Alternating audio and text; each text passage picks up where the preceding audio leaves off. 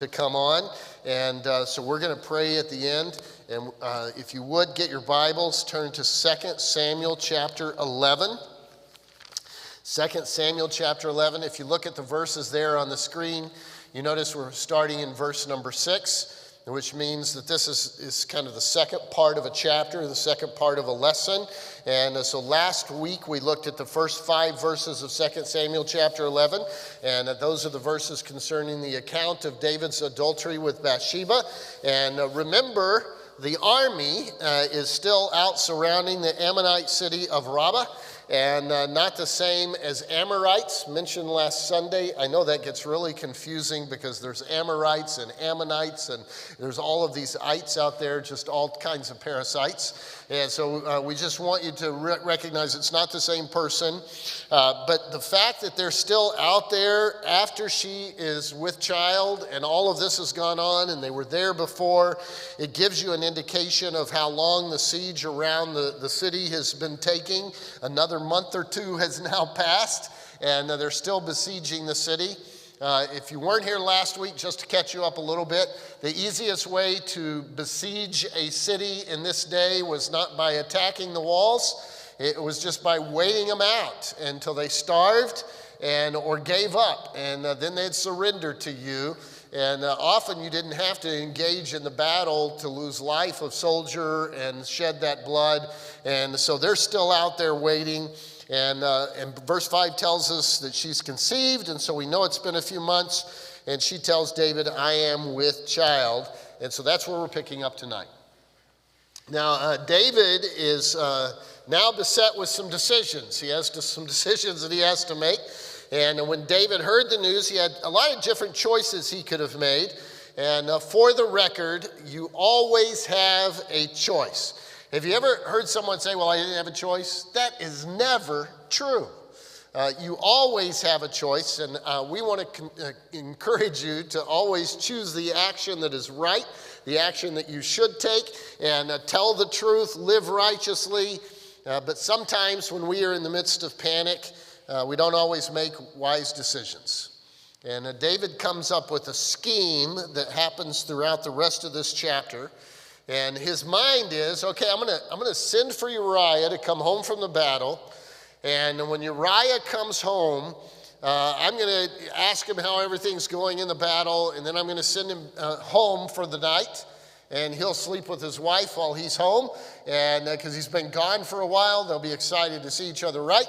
And then he'll go back and, oh, she's with child. Nobody will know the difference. And that's the plan, starting in verse 6. So David sent to Joab, who's the captain, saying, send me Uriah the Hittite. And Joab sent Uriah to David. And notice as we begin this in verse number 6, that he is a Hittite. He's even labeled as such.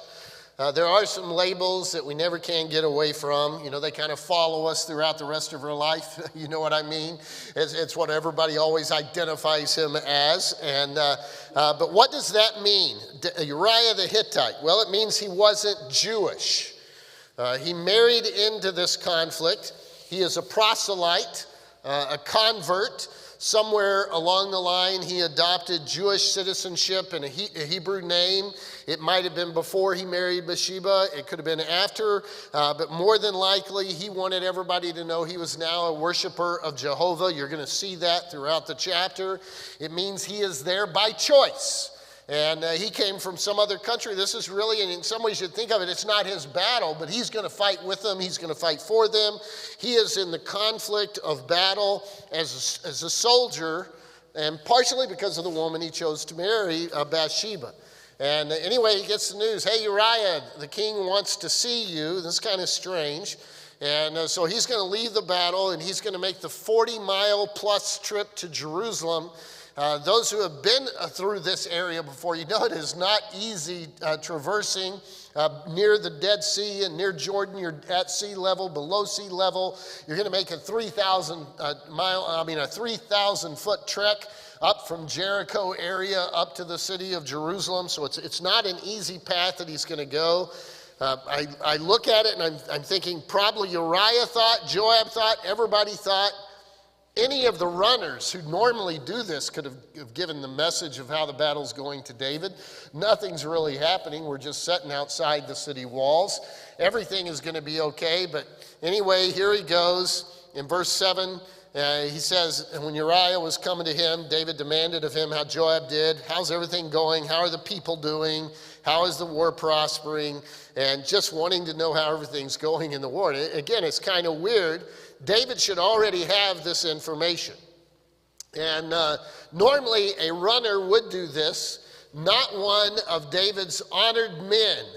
And you see it later in the book of 2 Samuel, but just a side note, it's important for us to know, it's chapter 23 and verse number 39, that he's an honored soldier.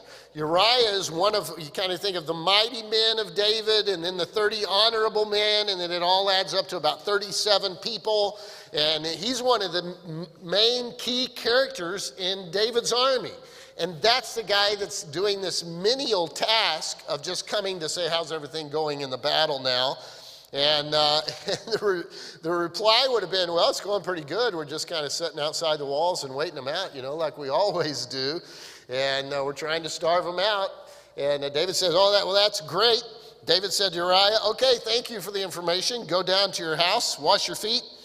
And Uriah departed out of the king's house, and there followed him a mess of meat from the king. He's, really taking care of him. Going to give you all this food.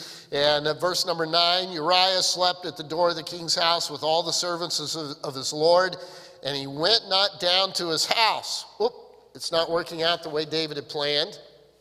And I want you to realize that this is clearly an expression of devotion to the Lord.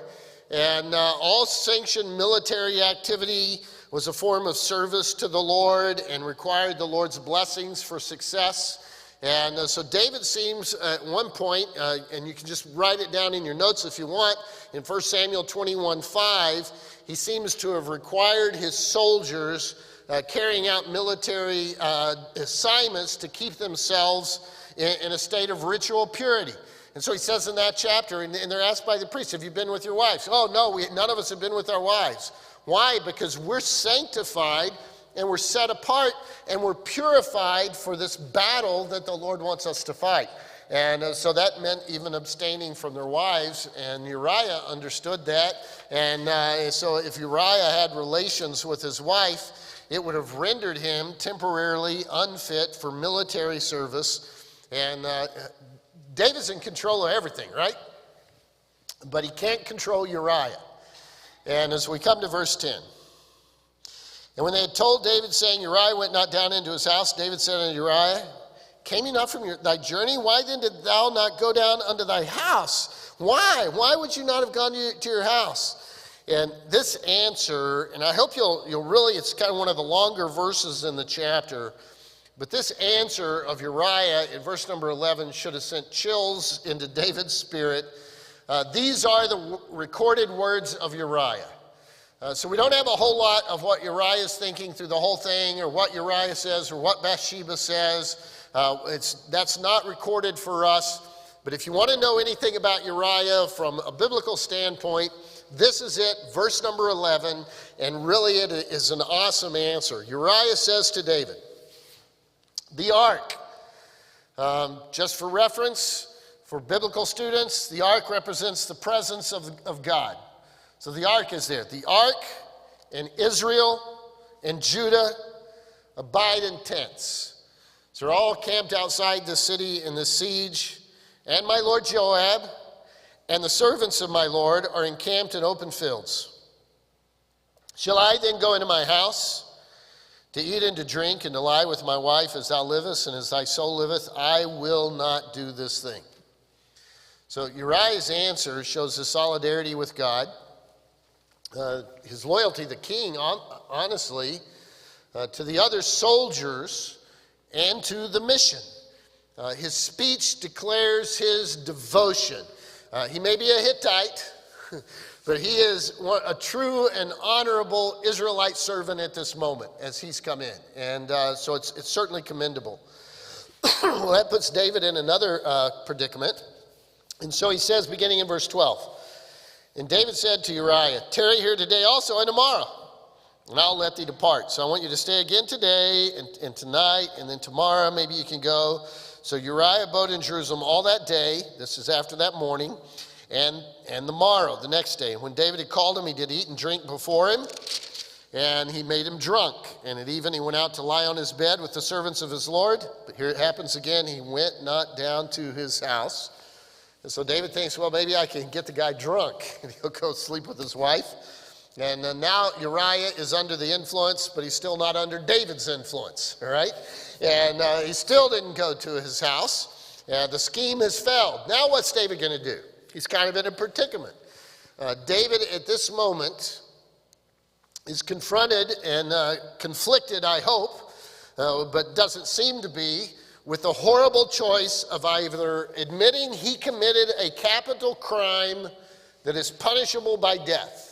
We're talking about Israeli law in that day. He committed adultery. What's the punishment?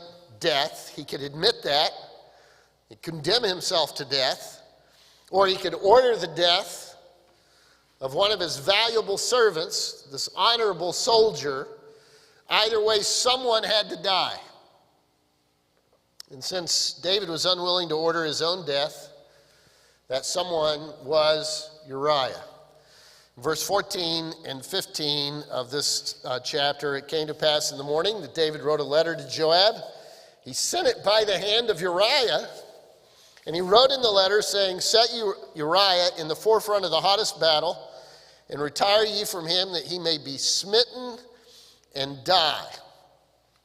So David makes Uriah carry his own death warrant under royal seal. And so he takes it all the 40 miles back. It is mostly downhill this time before he goes back uphill to where Rabbah is at.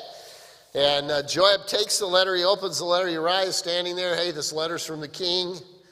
And the letter says, I want you to put Uriah at the front of the hottest battle, and I want you to pull back, and I want you to let him die. And immediately my thought is, what is Joab thinking at this moment? Oh, man, this guy must have really offended the king somehow while he was away. We don't really know what Joab is thinking. We'll see a little bit of insight into that in a few moments. But he looks at Uriah, Joab does, and he tells him basically, hey, you've been chosen for a great mission. And Uriah is going to go unsuspectingly to his death. You kind of expect this sort of sham in evil regimes, but in Israel, I mean, this is David, a king that is in covenant with God. The man after God's own heart, right, is what we've always seen. He's willing to take a sword after one of his loyal servants. The same guy who put Mephibosheth at his table is now willing to put Uriah in his grave. I mean, you say, wow, that's so surprising. And the kingdom of God is now not safe even in David's hand. It's only going to be safe when Jesus Christ rules with righteousness and with justice. And so in verse 16 and 17, it came to pass when Joab observed the city that he assigned Uriah in a place where he knew that valiant men were. And so Joab scoped out the city. He knows his opponent. He knows where the most valiant men inside the city are going to be fighting from. He knows where that's at. And the men of that city went out. They fought with Joab. And there fell some of the people of the servants of David. And Uriah the Hittite died also. Just stop right there. The Bible doesn't give us a lot of the details. But it plainly emphasizes the result: Uriah is dead. The Jewish historian does provide a few added details of the story. And I want to give some of those to you. Some of you might remember, if you got a really good memory, on Memorial Day weekend, about 12 years ago, I mentioned this story as Uriah being one of my favorite guys in the Bible, and this is why. And Josephus is a Jewish historian who was writing not to please the Jews, but writing history as he saw it. So when I read this is not the inspired word of God, right? It's a Jewish historian And he's just giving the facts as he believed them to happen. But there's some interesting details here that the Bible just says, okay, Uriah, Joab saw, I'm going to go put him where the valiant men are, he's going to die, and he died, right?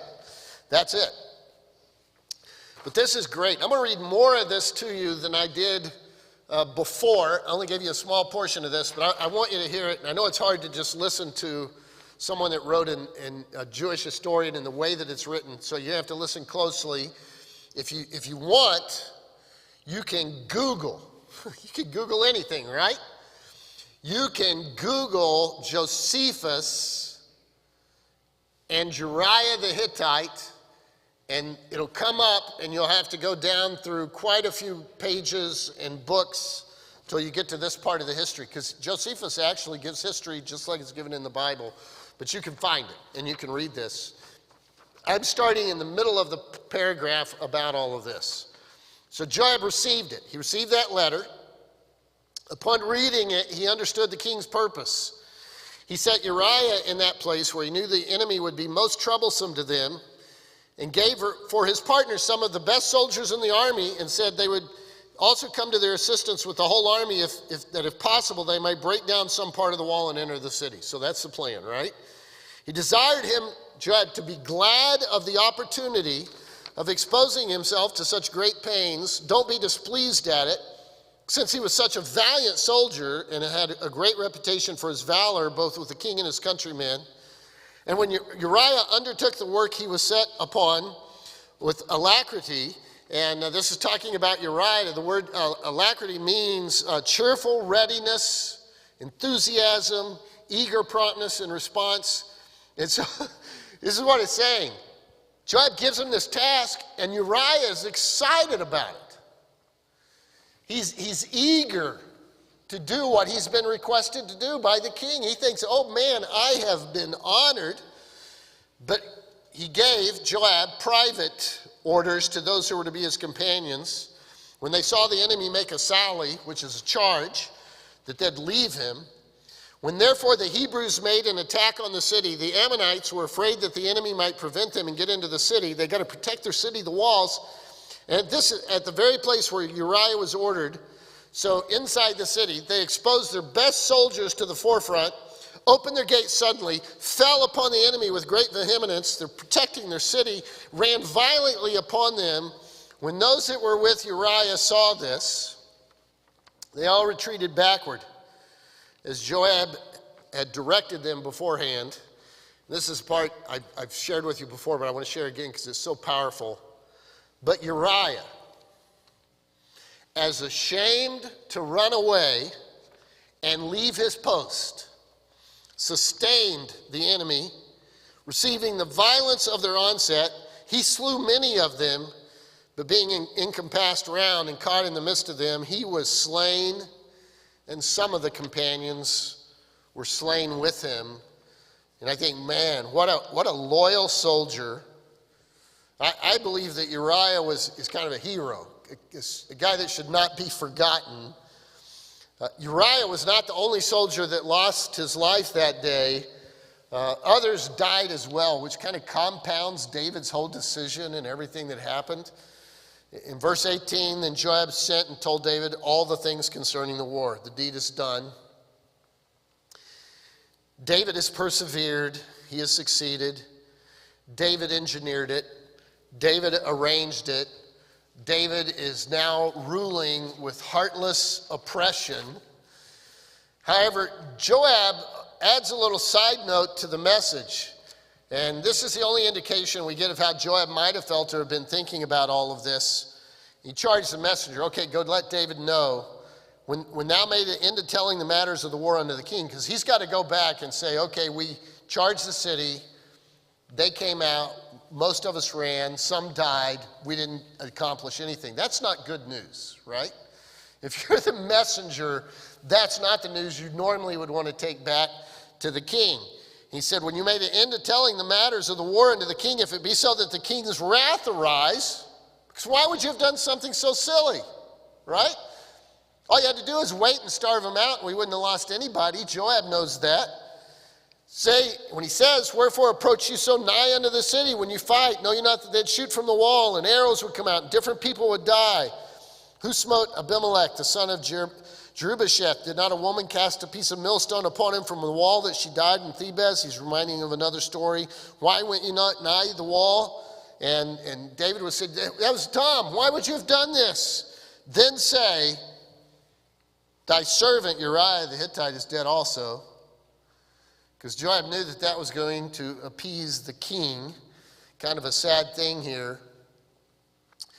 And so Joab is concerned that David's going to be upset with unnecessary loss of so many soldiers' lives. And I mean, common battle sense could have prevented this. But Joab says, just tell him, I know it didn't go well, but I accomplished what you ask. Uriah is dead. In verse 22, so the messenger went and came and showed David all that Joab had sent him for. And the messenger said unto David, surely the men prevailed against us. They came out unto us the field, and we were upon them even into the entering of the gate. The shooter shot from off the wall, and some of the king's servants be dead. Thy servant Uriah the Hittite is dead also. I mean, this is not the normal good report messengers are accustomed to bringing to David. David has been nothing but victorious throughout his life, right? In verse 25, then David said unto the messenger, thus shalt thou say unto Joab, let not this thing displease thee, for the sword devoureth one as well as the other. Make the battle more strong against the city and overthrow it, and encourage thou him. So David kind of waxes philosophical here. Don't be discouraged. Desire to encourage Joab. Don't lose sight of the larger objective. Don't lose sight of the greater good. Go ahead and wipe that city out. And David just receives this news with a calm acceptance. In verse 26, when the wife of Uriah heard that Uriah, her husband, was dead, she mourned for her husband. We still don't really know how Bathsheba felt about all of this. None of it. Through the whole chapter. She receives the letter of notification and condolence. And, I don't know how they did it in that day. I always think of the mental picture of, two soldiers coming to the door, and the wife and the kids are inside, and the wife sees the soldiers coming to the door, and she knows that the news can't be good and begins to weep before they ever tell her that her husband's lost in battle. I mean, it's what we think of as a horrible thing. And all of this begins to happen, and it says she began to mourn, but then I'm kind of wondering, was her mourning real? Was her grief for real? By mourning, is she just fulfilling the obligation? Does she now already love David? I mean, she's eventually going to come back to David's house. All of that's going to happen. She went to David's house to begin with. We don't know anything about how Bathsheba felt through any of this. It's hard to know, and the Bible doesn't tell us that part. But mourning periods end as they always do, and she's brought to the royal palace. When the mourning was past, verse 27, David sent and fetched her to his house. She became his wife and bare him a son. Bare him a son. Stop there. I mean, and doesn't this look suspect? Uriah was a foreigner, a Hittite, who had no near kinsman in Israel. As such, I'm talking about cultural aspects, all right? David was assuming the lifelong responsibility of caring for the needs of Uriah's widow, a kinsman redeemer type position. He was obligated to father a child in order to raise up offspring to preserve the family line of the deceased in that way. I mean, David did the same thing basically with Abigail, Naboth's wife. And hopefully no one here is looking too closely at the calendar and counting days and months and all those kind of things. And maybe they didn't have that exact date like we like to think of today. At least they weren't counting out loud, any of the people. But the entire scheme, possibly, could make David look rather noble to the people.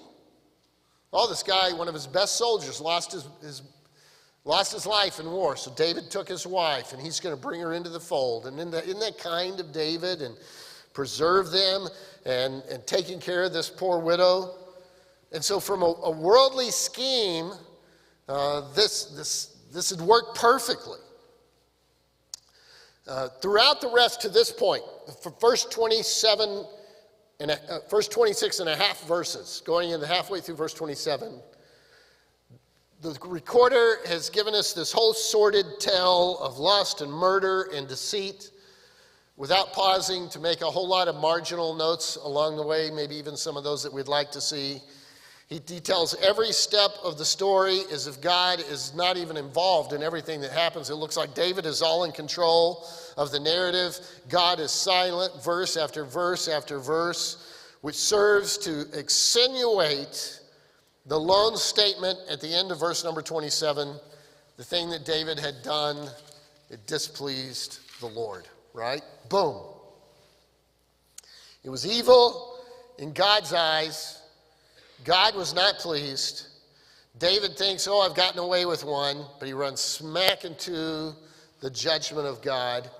No matter how honorable David's intentions and actions may appear to everyone in the kingdom, God was not happy. So as you look at those first 26 and a half verses, just want you to think about something, a principle. Do you realize that the silence of God does not indicate the absence of God? I want you to let that sink in a little bit. I also want you to let some of these verses sink in. First from Psalms and Proverbs. The Lord is in his holy temple. The Lord's throne is in heaven. His eyes behold. His eyelids try the children of men. Notice the word his eyes behold it. Proverbs 5:21. The ways of men are before the eyes of the Lord. He pondereth all his goings. Chapter 15 in verse number 3. The eyes of the Lord are in every place, beholding the evil and the good. Jeremiah 16:17, a couple more verses. My eyes are upon all their ways. They're not hid from my face, neither is their iniquity hidden from my eyes. Zechariah 4:10. They are the eyes of the Lord which run to and fro through the whole earth. So I just wanted to give you some of those verses that indicate that God's eyes are watching. Just because evil runs on its successful course does not mean that God is not aware and watching. The Father up above is looking down. We know the song in love, be careful what you do. David, as we talked about last week and we emphasized, David may have temporarily forgotten the presence of God. But God had not forgotten him. God was watching. God was there beholding the evil and the good. And the evil, what David is doing, the good, I believe what Uriah was doing. And I think it's good for us to remember God is watching. Don't forget the presence of God and his watchful eye in the affairs of men. When we mess up, it's because we forget God is watching. God is present. God is there. Now, what David did in this chapter, we do wish we could forget. I wish it wasn't there. I wish it didn't happen. I mean, he was doing so good. God was blessing and blessing and blessing. Up to this point from chapter 5 all the way, God is just working and moving and everything is so great. God's blessings are flowing and the kingdom is doing wonderful. And in a moment, he lost it all. And then one sin leads to another sin, leads to another sin. James chapter 1, verse 15 and 16 says, when lust is conceived, it brings forth sin. And sin, when it's finished, brings forth death. Do not err, my beloved brethren. Yes, I wish we could forget the sin of David. However, the courage and the loyalty and honor of Uriah should never be forgotten. David forgot the presence of God. Uriah remembered his duty and his faithfulness I just want you to remember that first thing mentioned that he says in verse number 11, the ark, that represents the presence of God. Uriah never forgot who he was fighting for and what the battle was about. He didn't forget God's presence, and neither should we. God is with us and watching us always, and that we should never forget. I want everyone to bow your heads with me, and let's pray together. And remember, we're also praying for all of our issues on our prayer sheet tonight. Let's pray. Father, I thank you for this powerful passage in this chapter. And I look at it and I just am reminded again, if I was David, I sure wouldn't have wanted any of this recorded for ages and ages and ages, for people to read and read and read again and again his failure. And Lord, I pray that you will just help us to remember. Thank you for allowing this to be there where we could know that you're present and that you're watching and that your eyes are upon us. And Lord, to not miss what those words are at the end of the chapter. Lord, help us to be more like Uriah, a person who is loyal and faithful and true to you. And help us to remember your presence on a daily basis, that you're always with us. And we're thankful you never leave us and you never forsake us. And Lord, our people fight all different kinds of battles. Yes, we fight battles of temptation like David fought and lost. Lord, we fight other battles as well. Sometimes it's just personal. Sometimes it's spiritual. Sometimes it's maybe even financial, relationships. There's so many different battles that our people are fighting. And Lord, often it's physical. And all of those battles are important. The ones that normally make it to our prayer list, Lord, are just the physical, because that's what